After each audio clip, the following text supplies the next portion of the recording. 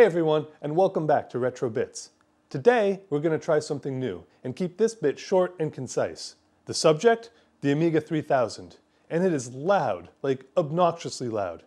So today, I'm going to replace the power supply fan with this modern equivalent.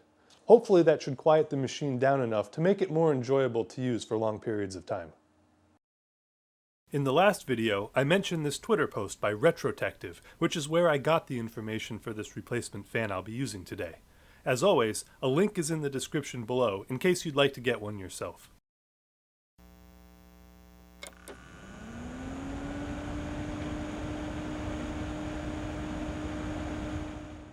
This should give you a good idea of what we're working with here. From the moment you power the Amiga on and for the entire time you're using it, this is what you hear. The original hard drive is no longer being used as the machine runs entirely from an SD card, but in its heyday, the spinning disk would have only added to the racket.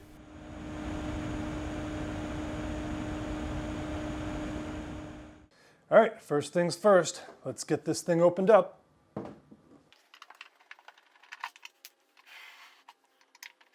The Amiga 3000 is pretty much the opposite of the Apple II GS. Everything is fastened securely with screws, and lots of them. This thing is also built like a tank. With the exception of the front faceplate, it's all steel.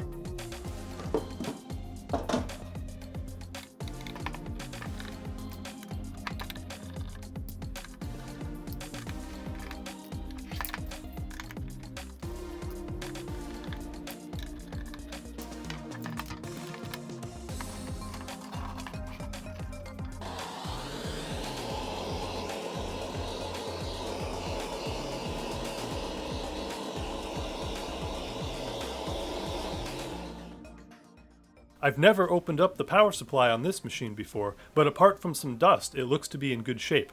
I don't see any bulging capacitors or sign of leakage, so that's good.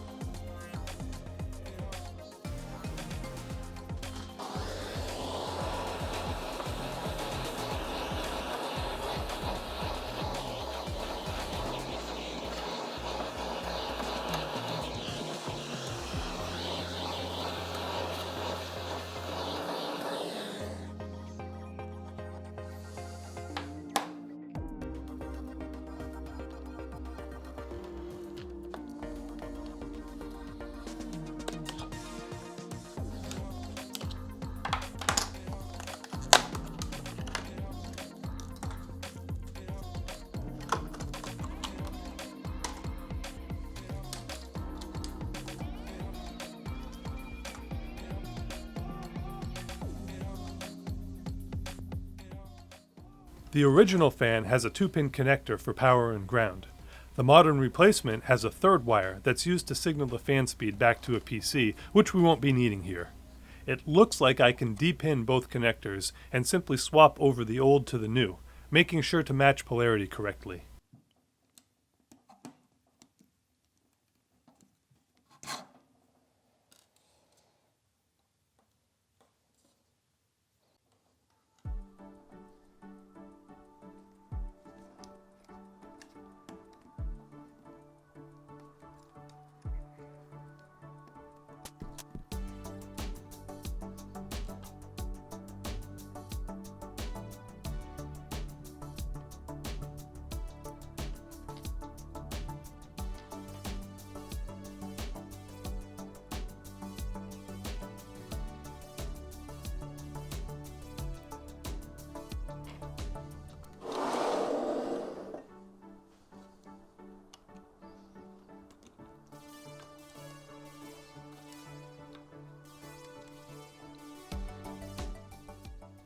Instead of cutting the third wire off, I've decided to keep it safe in the original connector in case I want to use it someday.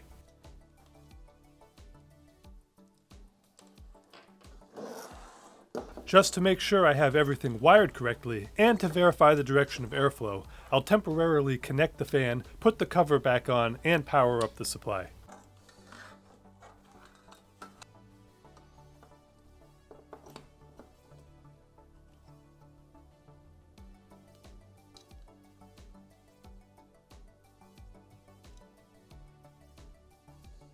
The new fan comes with both traditional screws as well as these silicone isolators that should help to dampen any vibration. I'm going to try them out as they appear to be pretty easy to install.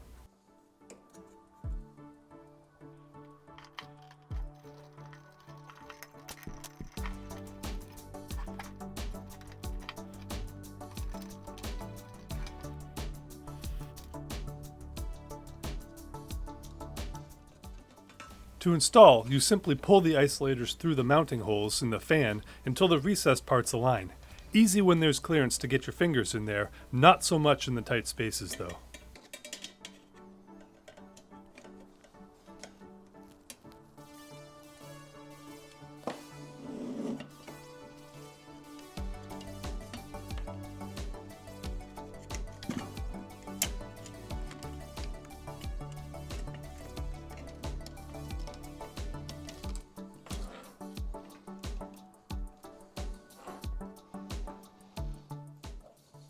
This one corner was impossible. There's simply no access to pull it through, so instead I've opted to push it in from the back.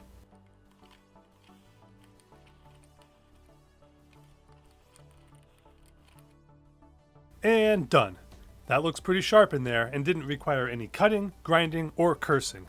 Now to see if our efforts have paid off. As they say, assembly is the reverse.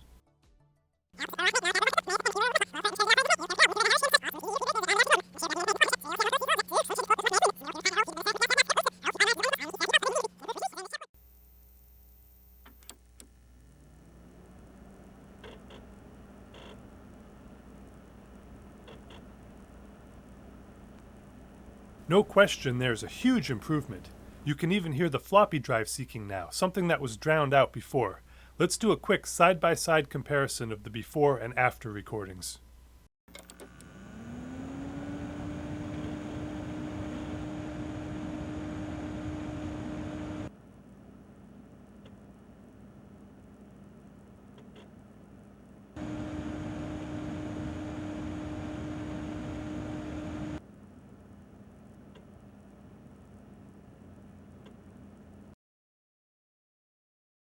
Well, that is much, much better. And it was surprisingly easy too. I didn't even have to solder any connectors. So that about wraps it up for this episode.